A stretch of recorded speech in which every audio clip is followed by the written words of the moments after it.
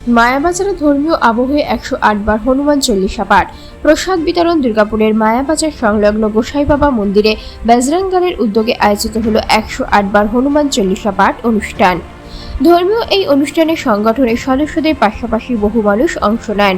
বজরং দলের নগর প্রেসিডেন্ট হরি সিং জানান, দীর্ঘদিন ধরে মন্দিরটি থাকলেও সাধারণ মানুষের সেখানে স্বাচ্ছন্দ্যে পূজা করতে পারতেন না বলে তাদের অভিযোগ। তার দাবি, নতুন সরকার আসার পর হিন্দুদের মধ্যে নিরাপত্তা বোধ ও ধর্মীয় সচেতনতা বেড়েছে। সেই কারণেই ধর্মীয় কর্মকাণ্ডে মানুষের অংশগ্রহণও বাড়ছে। এই দিন 108 বার হনুমান চল্লিশা পাঠের পাশাপাশি প্রায় 5000 মানুষের মধ্যে প্রসাদ বিতরণ করা হয়।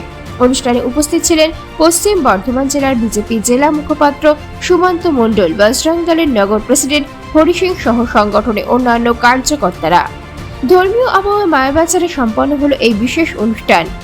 আজকে আমাদের ওয়ারিয়া গোসাই মন্দির 108 হনুমান চল্লিশা পাঠ হয়েছিল এবং এই পাঠে আমাদের ব্রাহ্মণরা এসেছিল অনেকগুলো, আর খাওয়া দাওয়া প্রোগ্রাম করেছি আমরা। আর এই প্রোগ্রামটা আমাদের দুর্গাপুর বজরং দল থেকে হচ্ছে।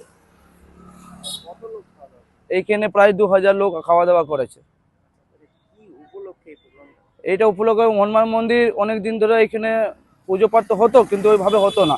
কিন্তু আজ বজরং দল থেকে আমরা 108 হনুমান চল্লিশা পাঠ ভালোভাবে একদম ভালোভাবে, মানে খুব ভালো করে করেছি এটা।